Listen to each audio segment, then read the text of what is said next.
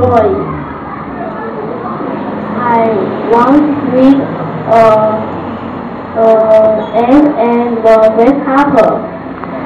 Ant living next to the grasshopper and said, I like to wear and go to school every day. Every day, Ant gets up at 7:15. She brings food before school. She reads and writes.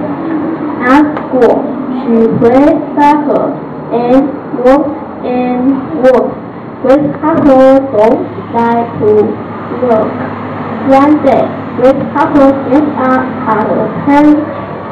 She says, I like to hop and sing every day. She gets to nurse and eat breakfast.